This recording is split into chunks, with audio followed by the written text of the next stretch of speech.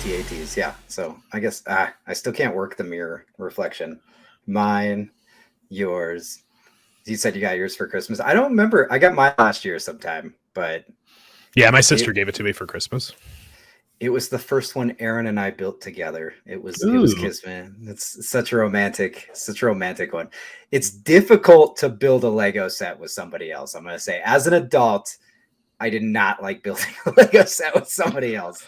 Um, Luckily you can scan the guides now, and so she Yeah, was able to pull the guide up on her phone, so we weren't like fighting over the. over the guide. Yeah. Yeah, so when you're building like the two sides that are identical, she could take one side and I could take the other. But I kind of like the Razor Crest that's back there next to it. I kind of enjoyed it because then I usually just pull it out. If we're just sitting on the couch and watching reruns of something, I'll pull out and do one bag like a night and just kind of I give it a gotcha. go. But Yeah, when I work on them, I get in the zone and I just like I'm gonna start this and I'm gonna finish it, and I'm not right. getting up from the seat until it's done. So Yeah, I did that. I did that with some of the smaller ones. These bigger ones, I took a little more time. But anyways, this is Press Play. Press Play to listen if you're catching us on our audio feeds, available on Apple, Google, and Spotify, as well as Press Play to watch if you're catching us over our web series over on YouTube. Project Nerd. This is Tyler. I am Iggy. We are here as part of our kickoff of Press Play. 2 straight weeks of great podcasts, including a handful of Press Play episodes to celebrate PN10. It's 10 PN10, years. 10 So years. cool. And 10 years that you and Adam have been here as well. Unfortunately, Adam is hopefully asleep right now, so he couldn't join us. But so we were pulling it up when we were talking about beforehand. So our first Nerdcast, our very first podcast aired June 15th, 2012. The audio is still there. You can go to our website and you can listen to it. I encourage you, if you listen to our first season, to remember it is our first season. Definitely. But are you ready to hear the things we talked about, Tyler? I'm curious to hear. I'm trying to remember because I feel like we would get onto there was a lot of in that first season. There was a lot of like, this is a topic we ended up talking. Like there were certain topics we would just end up talking about every other episode for whatever reason. So I'm curious to hear what the actual slate was. So products discussed. We had gotten the Blu-ray for Sherlock Holmes: A Game of Shadows and reviewed it. So we discussed that. Project X was out. Jesus. Yeah. Lollipop Chainsaw was coming out that summer. Remember, we got that game for a review copy as well. That was actually a pretty fun game. And we also have a link to the video because I believe, if I remember correctly, Jessica Nigri is in there. Yeah. So she did that like promo video they did. Scrubs, which also includes a link to Baby It's Cold Outside by Zach Braff and Donald Faison. Okay. The Apple TV, True Blood, and then the Prometheus trailer. And not just the trailer, wow. it's trailers. It's their viral. Oh, all the videos. viral marketing with Happy Birthday, Quiet Eyes. Yeah, is what's linked here. What's his Guy Pearce playing? What's his name? The CEO of Waytoonie Company. Yeah. Yeah, and then you had Fassbender. Fassbender is as what is his character? Michael? No. Because Michael's his name. I want to say Michael too, but that's his name. I don't remember. You know what? I can click on him. Gabriel. Right? I feel like I want to say it's like a biblical name, but I might be off base on that. Oh wow. Let's go to we need to fix those old links. I can't click to it. Anyways, that was what we discussed. It was Adam, you, myself. We also left a lingering question of who is the geek of the week. So something must have been going on. Naomi Rapace, she was obviously in the Prometheus trailers. And in Game of Shadows. And a Game of Shadows, yes. Charlize. So she was in Sherlock. What was she doing summer 2012? And then Christina Hendricks, which I think you mentioned a topic that just came up regularly when you were on a podcast early on. I love Hendricks. I mean, it could see she has a lot of sci-fi cred too, though. She's Firefly. I mean, there's a lot of shows that she's done, but what would Charlize Theron have been doing in Actually, that link works because it goes to her IMDb. What was happening in 20? She had just finished. Oh wait, this is her producer. Okay, let's go to actress. Oh, she's in Prometheus. Oh yeah, she is. That's right. That's what it was.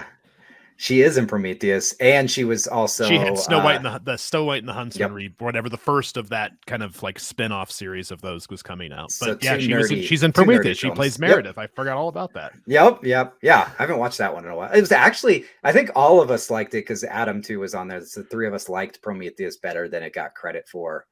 Yeah. Well, and Adam is, I mean, and obviously, like, I'm a huge Ridley Scott fan, so by proxy, I'm a Alien fan. But Adam is a huge Alien fan. Like, that whole franchise is his bag. Right. So, but yeah, that's a minute ago. I'm trying. I love the fact that we specifically were talking about for those of you, I mean, we've talked about the history of Project Nerd any number of times, but the first, like the original Genesis was a spin off. One of the reasons it's named Project Nerd was from a Blu-ray review website that you worked for.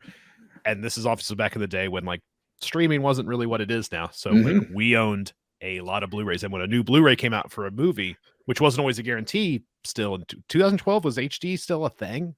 When did HD die? HD DVD died. No, because HDVD died while I was still at Best Buy, and I wasn't at Best Buy anymore at that point. So I think it had.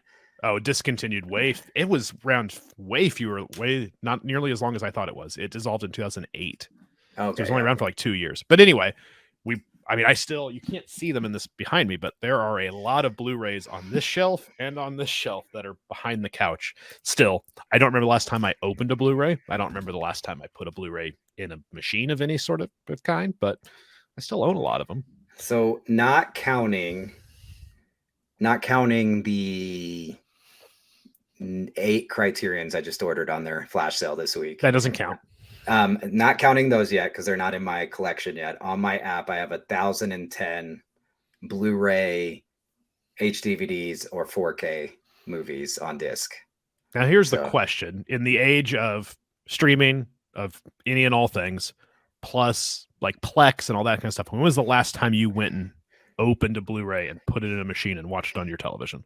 A week or two ago. Honestly, so this is it something like obscure that you can't get on a streaming service, or was it you purposely was like, I'm going to watch the Blu-ray of this? So I have made it a point to where when my son, so we list a lot of movies, and as we've talked about on more recent podcasts, we've had to introduce Erin to a lot of things that she's yeah. So I've made a point to, if we own it, and especially if Orion goes to like Plex or somewhere to get it, I'm like, no. Open the binder and get the disc out. So obviously, a lot of, because we both love like B crappy movies. So there's been a lot of those types of movies that we have to put in, like Tammy and the T-Rex, or recently, like I showed that to Aaron and Orion, or the New York Ninja that I just got from Vinegar Syndrome. So those are discs, obviously. The movies we pulled out were, I believe, the Mission Impossible. I think we got her to the 4th one is where we're at, and showing her that franchise. And so, yes, again, I'm like, no, we own the disc. We have a clip, like out of this world surround system. Streaming can get us good audio, but part of the Blu-ray thing and that 4K player I have is that lossless audio that comes. It's the audio. It's definitely audio. And especially if you're, depending on your streaming service, depending on your bandwidth, depending on your quality of Plex, whatever version of you're using, audio is always the thing that suffers the most. And I think people fail to realize, like, the reason Blu-ray was such a big deal, video took up a little bit of space on that, but most of those gigs is audio. So yeah, you quit compressing the audio tracks. That was beautiful. Yeah. And we also, like, people, for like we said, specifically we talked about a Blu-ray of a movie coming out, because this was also still in the back in the day where it was not uncommon to get a Blu-ray transfer where part of it was terrible, like there was a problem with the video, or the audio was that first terrible, release of The Fifth Element was like, it's one of the they even bought it. They even bought them back and did a remaster. Yeah. No, it's crazy. So today, more so, I limit my Blu-ray shopping to like 2 things. Like recently I bought The Rocketeer on Blu-ray because I had The Rocketeer. Recently I bought like Street Fighter on Blu-ray because it's just a bananas crappy movie that I love. And obviously the Criterions, then those weird collections like Kino, Vinegar Syndrome, the Arrows is doing really cool special editions now. And then certain 4K movies. So for Dune, I bought in January on 4K because I'm like, I've got to have we're talking audio, the video, like I've got to have it. And too, a lot of times when you buy these, you get that digital copy. And my Voodoo account, I think my dad and stepmom, my brother and my sister, I think like most of my family has access to my Voodoo account. So when I buy a movie and put the digital copy on there, that's usually when they finally get to see the movie that they didn't go see. That's one thing I never did a good job of getting on board with, was like setting up a single digital video account. And like when I bought Blu-rays digital, I bet you, and I'm assuming a lot of them are expired or they're for services that no longer exist, but I bet you on this shelf there's a lot of digital codes that have never been redeemed, because I'm terrible about it.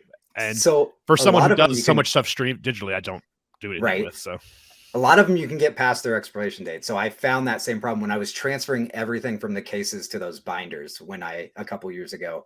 So I keep all the special edition stuff on the shelf, which you've seen. And then the regular Blu-rays and HDVDs and like TV, I still have a handful of TV seasons from back in the day. I haven't bought a TV season in years, but back from the review days.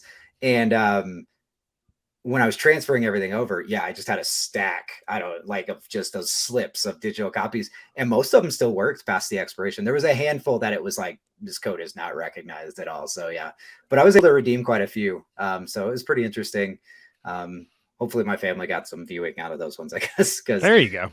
But no, so Dune, and then of course, like obviously when Black Friday is the best time to buy the superhero 4Ks. So like I'll pick up Spider-Man No Way Home right on 4K. My mouse just died. Oh, and my computer's not open. So anyways, so those types of things I'll pick up still, but it is we do watch a lot, especially TV. We watch a lot more on streaming, and that's a weird one, because just talking about this is making me think of I used to buy box sets of TV shows. It's kind of crazy to think about it now. Not only buy box set of TV shows, which I did all the time. I still own quite a few of them. I'm just never going to do anything with them.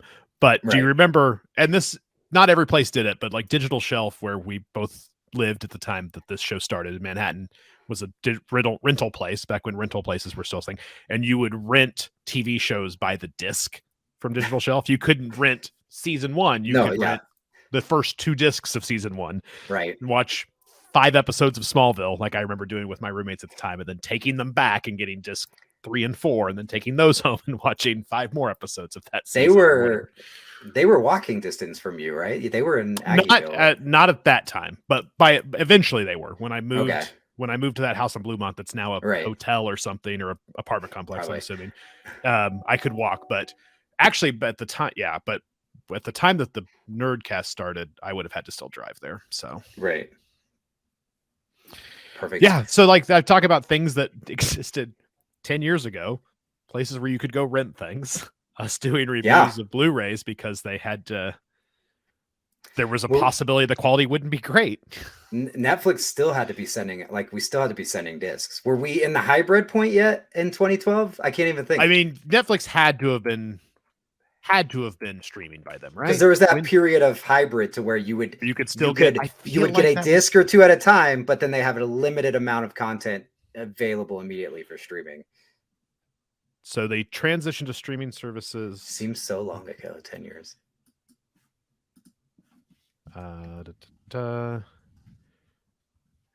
2012 would have been the. God. Now I'm just looking at all the shows that they would have had. Some Blu-ray and discontinued sales. Overtook. 2009 is when their streaming officially took over DVD shipments. But it looks like they were still shipping well into that period of time. And also just you look back at that time in Netflix and you realize how much that was back when no one had still bought into streaming. So they still had the rights to everything, everything from DreamWorks, everything from, Disney, everything from Warner Brothers. They had all these deals. Like that was the only place you watched things. So. Right. Oh goodness. God, 2012 was a busy year. Marvel's The Avengers came out. Obviously we had the Mayan count, the world was going to end right on December of that year. I forgot about that. Yeah. Endeavor's last flight was in 2012. So the space shuttle Endeavor, as well as we landed, which one was it? Curiosity on the Mars, I want to say, was 2012. Yeah, Mars Curiosity rover successfully lands, and Denmark overwhelmingly approves a law allowing same-sex marriage that year. And of course, a couple bad things. That was the Dark Knight, or came out, so the Aurora, a Dark Knight Rises. The Dark Knight Rises, the shooting. So the Aurora theater shooting, and then of course Sandy Hook that year. And the London Olympics would have been 2012, right? That's London, right?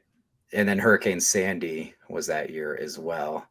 Yeah, a busy year there. I'm kind of looking at it there. It's funny now that you say the end of the world mind. I was helping someone with like a trivia thing the other day, and I was looking up all my old files of bar trivia that we did back in Manhattan, and I found one from around this time of year, or from 2012, and it had a bunch of like end of the world categories that makes me laugh now to think about, which would have probably been in December, but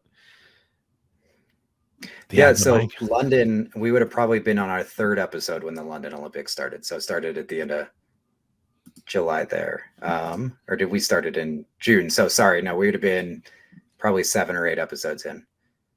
Anyways, we did 10 episodes, 11 episodes. Hold on, we're gonna figure this out. This is captivating podcast content right here. I mean, I'm actually curious now, because I mean, 16 episodes. That sounds more like it. It's like 10 seems really low. Number one, this would have also, if you do decide to go back and listen to them, understand that most of them were taped at a card table in a basement, all sitting around the same snowball mic.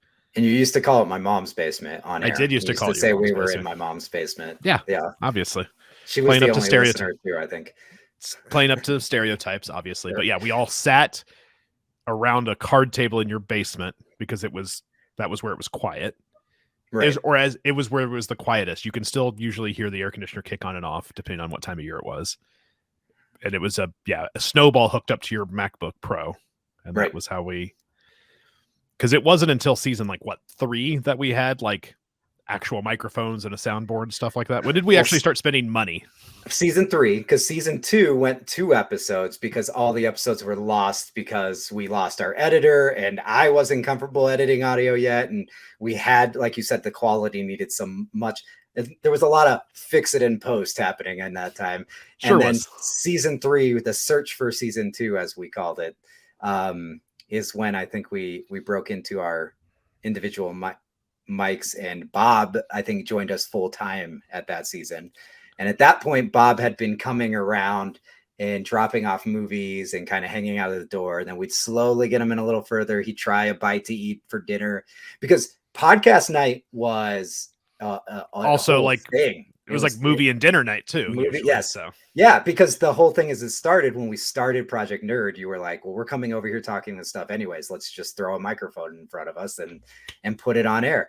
So Bob finally worked his way in. And then I think at that point in season 3 is when Aaron would start, the old Aaron would start sitting downstairs, listening on the couch, and then she would comment. So we'd sit there and pause for quiet pauses while she was, and we're like, just get a microphone. And she became a part of it as well.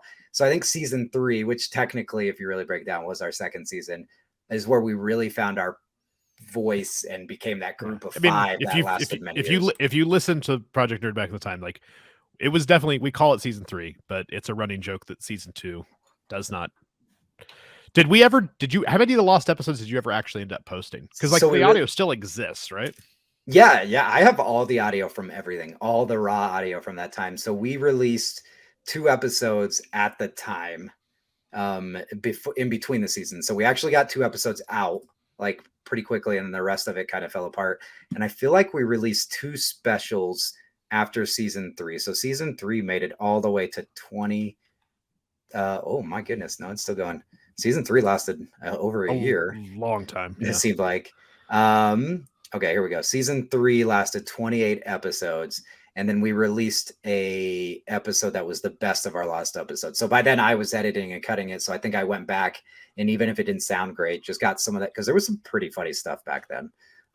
There's some great stuff. And as much as we don't like her now, there was some pretty funny spots because she would always pick an argument that was bad with Aaron. So we definitely went back and got some of those. But we're also talking about, when I'm looking at these, season 3 to season 4, where that's when net neutrality was being talked about. As you mentioned, we were transitioning probably in the streaming era. The Avengers was just starting to happen. So we had a lot of stuff going on. And then obviously we, as a brand, were just hitting out on the road and really starting to be seen at the conventions. And speaking of, which reminds me of another great memory. We always talk about the Chicago one, but I love that Denver memory where we'd really never had any in-person feedback. I think we'd had a few online comments and we'd started to see some things with our social media, but nobody had verbalized to us that they listened to us. So we also always joked that it was our parents that were our only listeners. No one else was listening to it. Right. So we were at Denver Comic-Con, I want to say 2013 or 2014. So a year or two in. It had to be 2013 because it'd been a year in. And we were near the exit and somebody on their way out just was like, Project Nerd, love you guys, listen to you guys all the time, just kept walking, never said another thing to us. And we were all kind of like, did that just happen?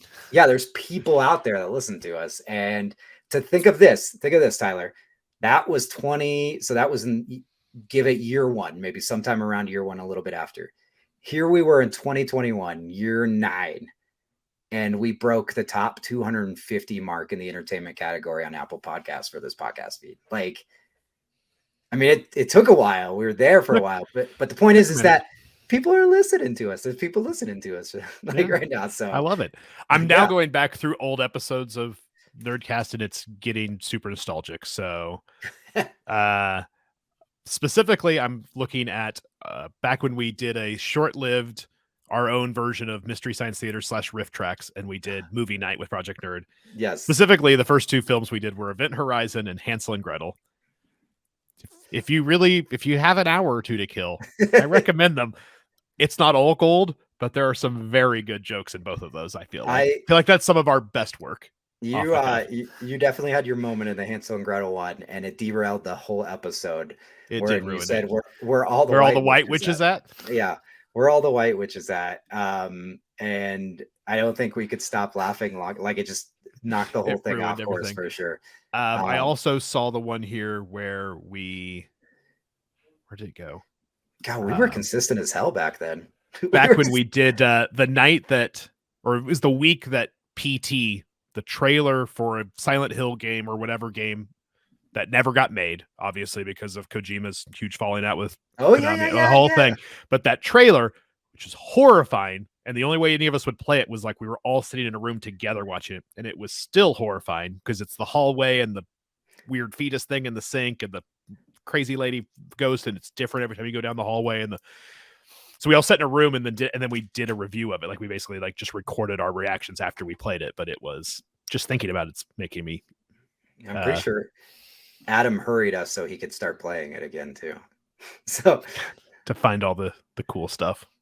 No, it's pretty crazy. We got there, we made it through. If you're able to check it out, the Nerdcast is the predecessor to this new series, Press Play, which just us here talking about it. I think we're gonna have a lot of episodes of the 2 of us here, but more generalized, a little bit different format, different Project Nerd host, and more importantly, the name is, again, more generalized because the idea is we're going to talk about whatever. So we're going to have any kind of guest on.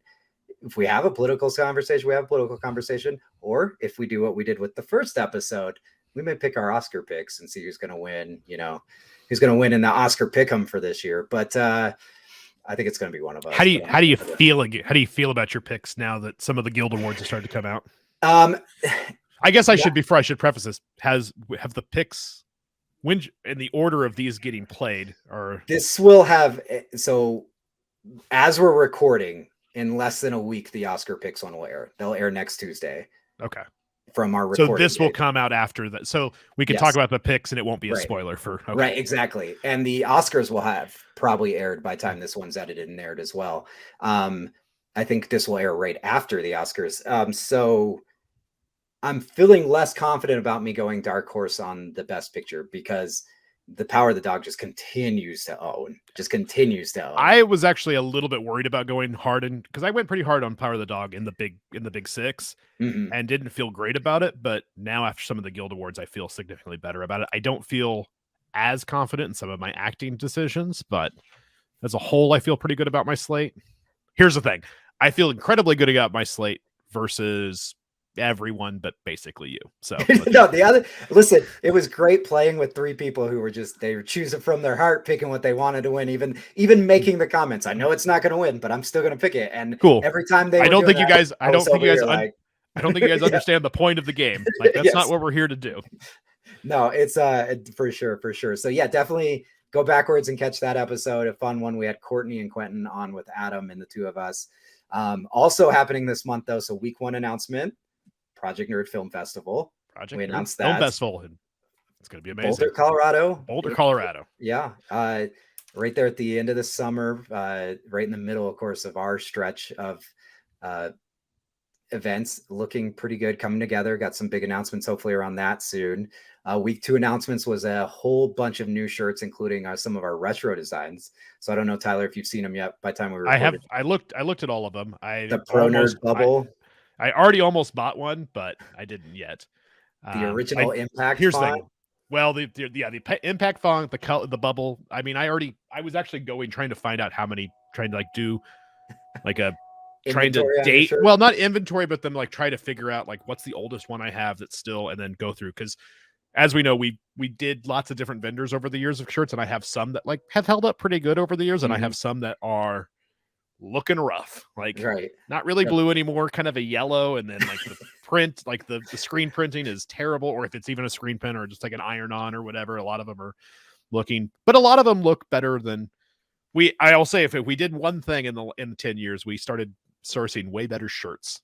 Granted, way better shirts became much cheaper, but like that nice soft, we definitely did better work on the shirt game. But I'm also not gonna talk shit, because T-shirts funded a good chunk of what we got to do for the first like 4 or 5 years. Yeah, people were buying them. We would have other artist shirts designs to where we'd get a much smaller cut, and we realized a lot of people were asking for our logos and our designs that we were wearing. So we started selling those at a much bigger cut. And yes, it definitely helped us get set up before events were having us out for free. Now, I was just going to say, now our shirts are on Bella and Canvas. Very like our new PN skate shirts are very nice. And our new designs, like Your Comfort Zone Will Kill You. Obviously, if you're gonna pick one, the best new of the PN skate shirts is the I Read Band books. Everyone should buy that one. Mine just shipped today, so I will see it here in the next couple days. That's the best one, but they're all very good. But the I Read Band books is the best one. But the retro ones definitely had me feeling pretty nostalgic. So when they're not on that super thick, uncomfortable, I don't even know what brand is it. Gildan, is that what the original ones were? The Gildan, like just stiff, like $6 shirts or whatever. Yeah. No, those are the ones that did not hold up. But so that one, bunch of new shirts, as you mentioned, a bunch of new of our like social shirts. So band books. We have our new Pride one, trans one, because Texas is a piece of shit. But anyways, but then also, like we said, our retro shirts that we're bringing back some of the old designs that were pretty fun. Week 3 announcement, which hasn't even been shared with all of the team by the time we've recorded, Tyler, is the return of Project Nerd Publishing. That's right. Project Nerd Publishing is back. It's exciting. Artist is already working on Task Force Max. We've got Billy Volume 2 written and getting ready for the artist. The Escort will be what we're calling remastered with new, more expensive artwork, would be the way to put it. I'm excited for Billy. Season 2 is probably the one I'm most excited about, but this is something I did know was coming back, but there was a question that when you told me it was coming back that I forgot to ask, and that is, with the rebranding, with the new, all the branding, is the lion dead or is the lion still alive? Well, the lion's back, and that's one of the shirts that's back in the store too. So the lion is back. The half lion face, because the full lion face is the PN Skate one. So that's back. It'll be on our covers, although we're going to work with the publisher who's going to handle all the publisher and admin, but it'll still be Project Nerd Publishing. It'll still be our original creations. A few more things to announce. This will air ahead of week 4 announcement, but you know what? If you listen to it, you get a tease. So week 4 announcement was going to be more about Project Nerd TV and the announcement that we're pushing. Obviously, it's been delayed. We're pushing it into the fall, and with good reason. We're bringing in some pieces that are going to help make it better and help it grow. And I think it's going to be a better experience when it does launch than what was potentially going to happen this month. I think we would have had a nice product this month, but I think we're going to have a great product. Much better one. Yeah. Yeah, so that is the updates around that is the week 4 announcement. And of course, we were talking about making a podcast to where we were worried about editing it and its sound, and you can tell we're in the basement. And now this month we're announcing TV shows. And I guess we'll hear right here first too. So right here first on this press play, Right here first. right here first, comedy specials too. We've produced stand-up comedy specials that are currently being edited and they are being shopped on platforms. So eventually we will let you know where you're going to be able to see those. That's pretty exciting. So I don't know, a lot going on we've come a long way from sitting in that basement around that snowball mic. We have indeed. So for sure. And not to mention the biggest news of all out of PN on the backside of PN10. You and Adam will be here in Denver with me. It's true. As we head on up to Estes Park for my wedding and a week full of excitement. Yeah, I'm very excited. So yeah, we're having a big PN wedding coming up soon. So it'll be the first time that. When was the last time the three of us were in the same place at the same time? Was it had to have been before Adam moved? Planet Comic Con 2019, because they didn't make it to Omaha because they moved like a month after Planet Comic Con 2019. So we got that big Airbnb that you would come over in the morning and you stayed over on Strawberry Hill. Yeah, over on Strawberry Hill. And then so that weekend was the last weekend, and then they moved right before we did OCon that summer, and unfortunately for them, 6 months after they moved, the world shut down. And they were so they haven't been back since. So they're right. As bad as things got here, they had it obviously a lot worse there, I think, for big chunk of it. So no, it's going to be exciting. I think Project Nerd has to come to a halt for like 2 weeks because everybody involved with Project Nerd will be here celebrating and having a good time together. No, I'm looking forward to it. But I'm sure Iggy will find a way to squeeze some content out of the weekend. So. Scott, we've already I'll be sure to bring my laptop and some microphones or something. So. Right. I don't know. I'm going to Hawaii for my honeymoon, and as much as I know I shouldn't podcast, I kind of want to podcast just for the sake that I can say I'm podcasting from Hawaii, just so I feel like you have to. I feel like right. At some point, maybe, I don't know. I don't want to obviously we have important wedding things to do, but I feel like if we're up in the mountains at like a nice lodge in Estes Park, we should at least get some sort of video of us sitting at a table, like with mountains in the backdrop, something pretty. We can do some. You know what? We're gonna have photographers there. One of them paid for it. One paid for it. Yeah, no, it's gonna be pretty exciting.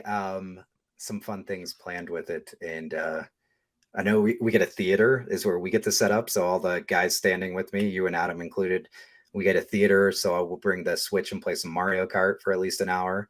I've got 4 pairs of shoes that I'll be changing out throughout the day.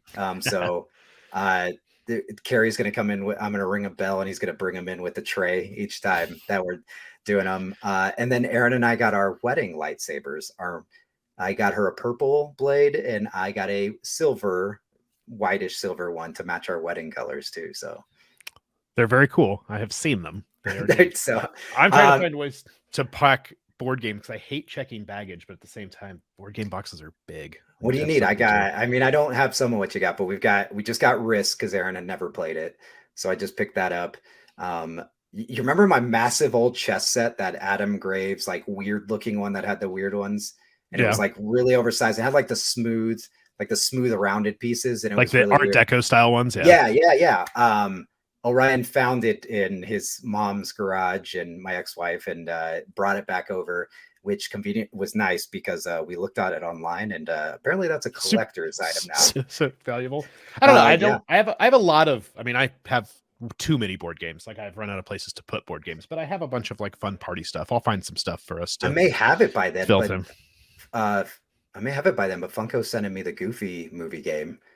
Oh, nice. So yeah. I got my Powerline shirt ready to go for that unboxing and review. So maybe we'll have that. I have a few of the original Funko Universe games. I think the Rick and Morty one and some of the DC ones. I don't have a ton of party games. I have a lot of board games, but I also don't know that people want to play, simulators of the rebuilding of Lisboa, in the 1400s. Or I've got the Goonies and the Goonies expansion from Funko. Okay. I've got Die Hard the game, so we got that one from Funko. We did get actually our friend here in Colorado, his name's Martin, he made that that HexaQuest game that we recently shared about on his Kickstarter. So I have a copy of that. That seems pretty cool. That we haven't really played to the extent because it needs more people.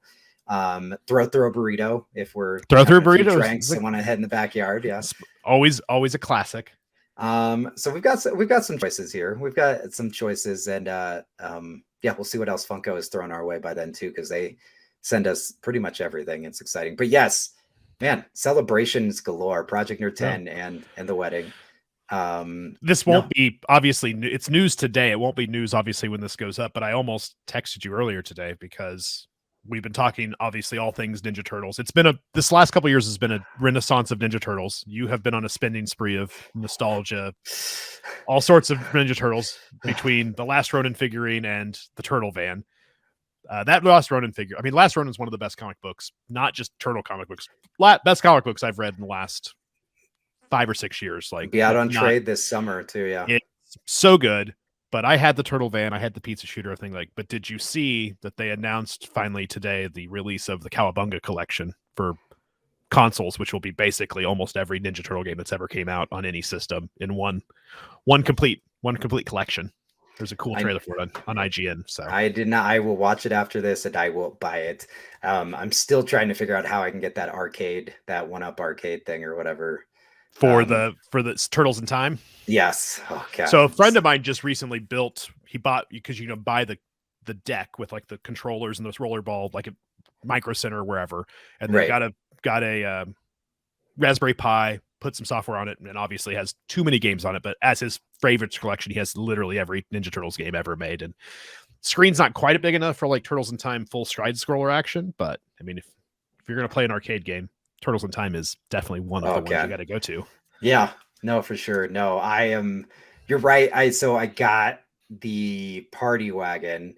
It is they re-released it in the original packaging. Everything to the T looks like the original one. Still a limited edition re-release. It came in an outer box, numbered and everything. So it's still a valuable item and still cost me a little bit of money. We'll put it that way, but not as much as like an in-box original one. Yeah. Right. But oh God, as you mentioned, when you saw the picture of it, nostalgia pull like crazy. So I ended up I had at one point probably 6 or 7 tabs open across various toy stores and eBay with probably $700 worth of Ninja Turtle toys in them. And I'm like, I need to call and tell my banks that all my credit cards are stolen. So they stop them for a week and send me new ones. And I got a whole week to think on this because it was getting a little out of hand. It's weird. That's the only, and I wasn't a huge action figure toy person when I was a kid, but I had a lot of them. But when we go to conventions, when we go to toy store, like we see a lot of vintage toys in places that we go and the circles we hang out in. None of them ever really Power Rangers. As much as I love Power Rangers, those ones don't do it for me. A lot of those can't. But anytime I see some of those old Ninja Turtle action figures that I had as a kid and spent hours playing with, it hits me in a very specific spot, and it's hard not to spend too much money owning them. Well, I realized that's all I pretty much had as a kid, and I'm sure it wasn't like because you were only allowed to have one thing. I'm assuming it's because that's all I wanted. That's all I wanted. Yeah, I feel like anything I had that wasn't Ninja Turtles was something like I inherited or was just like a thing that was left over from a thing. Like I got a couple Transformers and like G.I. Joe and like the truck from Mask, the semi truck from Mask, because Mask was such a cool. Yeah. It was 100% like people talk about Transformers being a show made to sell toys and G.I. Joe being a show made to sell toys and He-Man, same thing. Kind of, but they had plot lines and stories and they ran for a long time, or huge franchises. If you want the cartoon that was made to sell toys, it is Mask. Right. Gullwing door, a car that turns into a plane, a thing with a thing. God, that was a terrible show, no, but those no, I know. I had a couple Transformers. I remember God, what's the name? The Green Tiger from He-Man. From Masters of the Universe. And so I had Skeletor and the Green Tiger. I remember that. But 90% of what I had, and I had it all. Battle Cat? Is it Battle Cat? That Cringer. Sounds right. Cringer. Okay. Cringer, okay, but if he transforms, he's Battle. Yeah. Cringer. Okay, yeah. No, so I had those. And then I had a ton of baseball cards. Baseball cards was also my thing. But every Ninja, like I had the monster variants, the surf variants, the mechanical variants, the little, I mean, I had Baxter transformed as like the fly basically. I remember when they came out with the transforming turtles, which was a huge deal. Like, so The you had heads would like flip. the flip Yeah. around. So you had the Baxter that turned from like regular Baxter to fly, and you had the Bebop and Rocksteady that would turn from like human God. to like rhinoceros or warthog to human and stuff like that. God, now I'm gonna go That's really buy cool. all those. I'm gonna go buy because that's another thing that's getting re-released. It's something. It's something. Ultimate 7, The and they're releasing the Ultimates, the which is only all just the toy originals. the only toy that I never had that I really really wanted was the Technodrome playset where like it opened up and you could have. It must have been out of my parents' price range too, because I didn't have that one I didn't have either. that one. That was the one that like everyone wanted, but I don't know that many people had because you would open it up and it was the whole. I had that one friend that lived 2 houses down. Really cool dude. Nothing against him, but he definitely was that kid Who had that, all the stuff. oh, as soon as his parents split, like everything all of Yeah. a sudden, right? And he definitely had it. So we played with it. But yeah, you mentioned the pizza shooter, which that thing shot pizzas violently. Like it shot pizzas hard. And then of course the party wagon, which we said I got the replica of now. I feel like there was a convertible car too. I don't remember. I'd have to go look it up, but there was like some kind of convertible. So that was like there's purplish. the turtle car, like there was the bike, because was there another version of the van where the bike would go inside the van, right, pop out, and then there was a car of some kind, but then there was the Dimension X trend, like it was like the cat, like from the cartoon, because like those kids from Dimension X come and they have like the red convertible like Cadillac looking thing that's like a hover car. I feel like that was a toy for a little bit too. Okay, so here it is. I pulled it up. It's the Shredder car. So it's a purple and black convertible with a gun on the back, and the picture has like Bebop and Rocksteady in it. The flags on it say Shell Crusher and Turtle.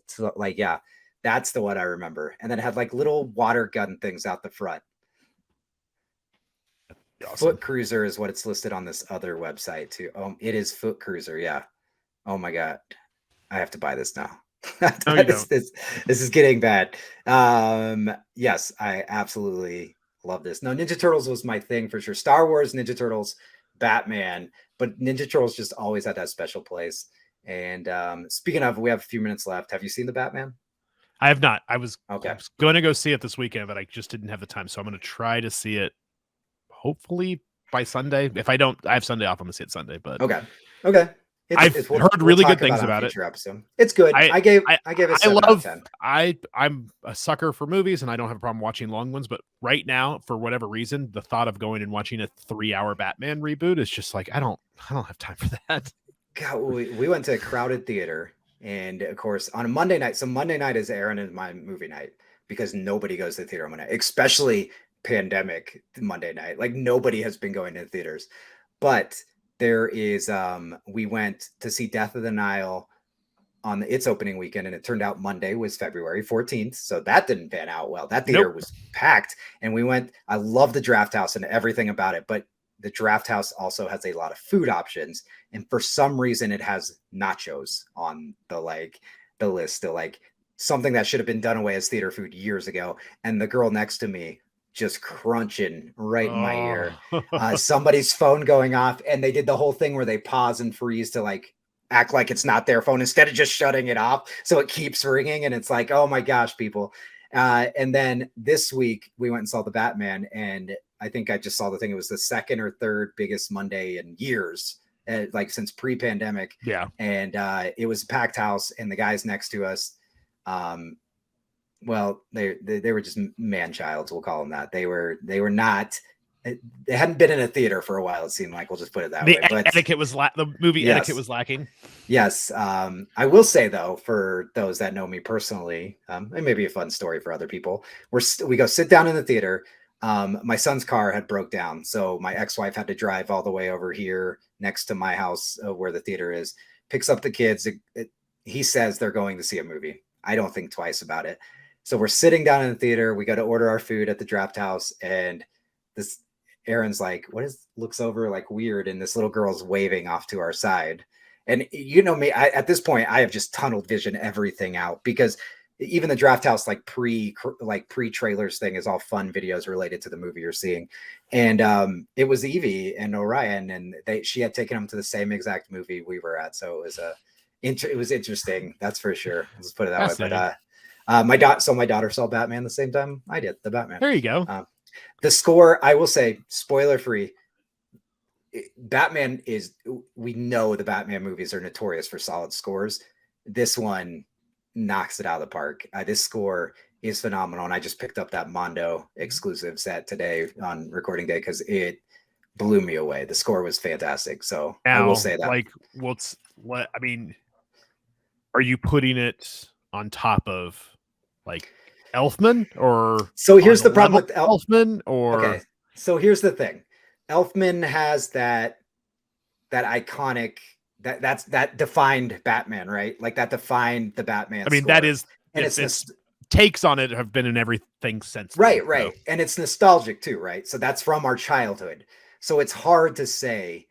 But when I look at if I look at this separate, if I'm not comparing it, I mean, it's better than any score we've seen in the DCEU yet. That's for sure. I mean, hands down. Who's the what's his name? The really nerdy guy who also composed Rogue One.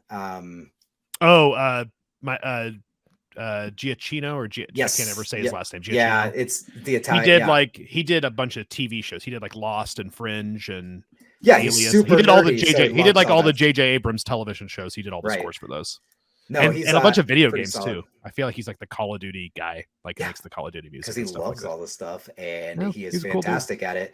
No, the Batman score is fantastic. The Catwoman one's solid, and he has fun with the Riddler one. It's pretty unique and interesting. So, anyways, it's I love the score. The score was great. Here's the thing. I'm gonna see it. It's a Batman movie. It's getting good buzz.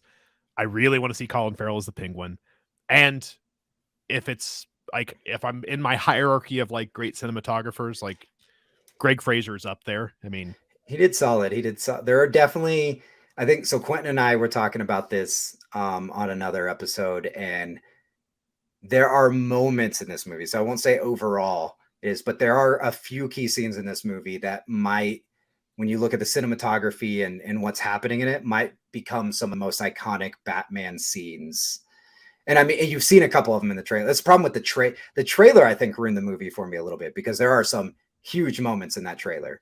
And but there are a couple scenes to where it's like, this is just perfectly done, this moment. Were there any as like the resident Batman expert? I mean, I've read a lot of Batman comics, but not nearly as many of you. Is there any specific storylines, comic runs, artist runs like that are specifically channeling as far as visually and or story wise, or is it just a little bit of everything hodgepodge together? The hodgepodge, it definitely tries to pull from it. It definitely tries to play in the same area Nolan does with Batman Year One. You have your young Bruce Wayne, you have your more realistic suit and car and stuff, right? Which we again seen from the trailers. You definitely deal with the Falcone situation, but it's a twist on it I have never read before. I can't say it's not out there, but in many, many Batman stories I've read, I've never read this one. And they try to really humanize the villains a bit more. And so I think that's why it pulls away from probably directly being any comic story. It's not like, the Flash is coming out later this year and it's obviously the Flashpoint paradox story, right? Like so this is going, and even though it might take liberties, it's very well founded on that, where this is just kind of a Matt Reeves, I'm gonna do what I want type thing with it. So yeah. Well, and they definitely, I mean, Batman has a history of doing this, but as a reboot, Batman's ubiquitous enough now you can get away with it, and that's the reason you watch Batman movies as the villains. But in your opening act, you're bringing in Catwoman and Riddler and Falcone and Penguin all in one movie. Like that's a whole lot of ground to cover for a first movie, right? In what might be a series, might not be a series, but in a reboot, that's a lot of ground to cover. I guess I have one question, and I do not care if you spoil this for me. Okay. Because we've seen it so many times. In fact, too many times. In fact, in a movies that we didn't even need to see it in. How much screen time does Crime Alley and the Murder of the Waynes get? 0. Thank God. No, you get I'm assuming they reference it. You have to reference it. It's part of who Batman is. I get it. But if I have to watch the two of them walk down that fucking alleyway again and get the pearls ripped off and the gun go off, I can't do it. It's been filmed too many times. We all know why Batman's Batman. We get it. It is an intricate part of a couple scenes of dialogue to explain why Batman is Batman. It is an intricate scene to the overall plot. It also ties into the overall plot of this exact movie, but you don't see it. And I think Matt Reeves did that very strategically of saying, this is it. This is the moment that changed because it doesn't just change everything for Bruce and becoming Batman. It changes everything for Gotham, as we know in any story arc you go to, because they were the angels, even more so in Gotham later City. stories. Like once like the Court of Owls gets involved, it becomes even in the mythology, it's become even a bigger deal than it was originally. Right. And it was a pretty big deal originally. So I like that you reference Court of Owls. Again, hodgepodge of things here, but it's there are no Court of Owls. It's not directly in there, but again, but that feeling of like there's more going on underneath the surface. There was more going on with the Wayne situation, yes. And I do appreciate that we didn't see it. You do get, I think you get 2 or 3 scenes of Thomas Wayne. I guess, Martha's in the background. And they do reference, which I have seen only in a handful of arcs, Martha's family being the Arkham family, right? So the Arkham family and the Wayne family being the foundation of the city. So they reference that, which was fun because obviously there's not a lot of Arkham Asylum in this one either. But it's interesting. It's really, when you see it, we'll talk about it. Is it, do you feel like, because there's already 2 sequels and 2 television shows that are spinning off from this specific movie already in the works, does it warrant a full-on Star Wars-esque, Spider-Man-esque like shared universe, or is it like, I mean, hopefully maybe okay? I'm fine with it. Like having now seen this movie, are you guaranteed gonna watch both those shows and watch both the movies that come afterwards? Well, I'm definitely gonna watch the Penguin show because Colin Farrell's the Penguin. Yeah. What's the other show that was green? I forgot. The other one is I think it's just like I don't remember the exact. Is it? I feel like it has to do with Gotham PD, right? I think it's supposed to be. Well, they canceled the PD series. Like that was the one that they were working on originally. That was the first show that HBO Max like picked up. Was it HBO? It's about Arkham Asylum. They're going to make an Arkham Asylum show and a Penguin show. Right. Yeah. I mean, because I'm sure the way they do this stuff now, like for example, the Peacemaker show was out of this world fantastic. God, so good. But I'm sure the Arkham Asylum will help be a launching pad then to somebody to enter a future movie. So I'd be interested to see what they do there. Yeah. As for Reeves came out recently, like this month, and said like because the PD one's not going forward, they're doing an Arkham Asylum, but it'll be like a horror tone haunted house, some similar to like the House of Arkham comic books, I think is the theme there. Less the prison part of it, more the creepy mansion full of bad things sort of thing. I think it's some interesting where they could go with this. I think really interested to see what they do with Colin Farrell's Penguin. I will say I have a lot of opinions. I'll say that. There are a lot of opinions. I'm happy with this movie is what I'll tell you. I'm happy with it. It's not better than the Nolan franchise. It's not even better than Burton. There are pieces of this, though. Again, I'm going to go back to that score to where I was very impressed with. Yeah. And there are a couple scenes in there that I was like, wow. Like there is, so. Yeah, it's one of those things where like even as someone who hasn't seen it, there are pieces about it I am incredibly excited about. I love Jeffrey Wright. I'm always excited anything he's in. I am excited to see Andy Serkis' take on Alfred. I want to see Colin Farrell's Penguin, obviously. But as a whole, I'm just kind of like, all right, I'm not gonna not see it. But I've seen the first Batman movie quite a few times at this point in my life. So that's how I feel afterwards too. I'm just going to warn you that I was happy with the pieces I was excited about, but overall, I feel like the movie doesn't quite know its way fully, I guess would be the way to put it without spoiling. As for, I will touch on the Serkis thing. He's not a bad Alfred at all, but after Kane has played Alfred and made, what are you going to do? You can't like, you can't, Sir Michael Caine, like he put so much depth into Alfred like never before that it's really hard to see because it's like you can see a new Penguin. Danny DeVito as the Penguin, top notch, one of the best Batman villains we've still had to this day, right? Like on screen. But now you have a whole different type of Penguin, which you can do with Alfred. Alfred is Alfred no matter what. So it's kind of the same idea of putting Will Smith. Will Smith's great, and I thought he was an okay genie, but the fact that he had to follow Robin Williams' genie it just wasn't, it just never was going to be that. Right. So that's where I think I was with Circus. He's fine, but you just now always have to fill in Kane's shoes, and you just can't. Like, he was just such a good Alfred. But I don't know. Anyways, that's fun. That's Batman. We're gonna have to get back together and talk more of this after you see Batman. I'm gonna have to. I now will make it a point to go and watch it so that we can talk about it. Okay, you go watch it. We'll talk about it. We'll get together again on more Press Play. This is on Project Nerd. So again, if you're catching us on YouTube, head down below, subscribe, like, turn on those notifications. We're always sending you good stuff. We've got a good seasons of a few shows ahead up in April and May, including the return of Horror Not for season 2 and more G-Spot. So some great content coming your way, as well as a lot more Press Play with special guests all along the way. And then if you are checking us out there, but you want to hear us maybe on your way to work now that people are back in the car more, maybe you're going to be in the car less because of gas prices right now. I don't know. But either way, you could go both ways. Who knows? Right? Pick up your phone. Check us out on it. Apple Podcasts, Google Podcasts, Spotify. Become one of the many that listen to us over there. And 10 years. We're here. We're still doing this because of all of you. So thank you so much to all the many fans. Make sure you're sharing with your friends, helping us continue to grow so we can continue to bring you more exciting, awesome, and fun things at a much higher production value. But I don't know, Tyler. That's it for Press Play. So I guess what can they do now? They can press stop.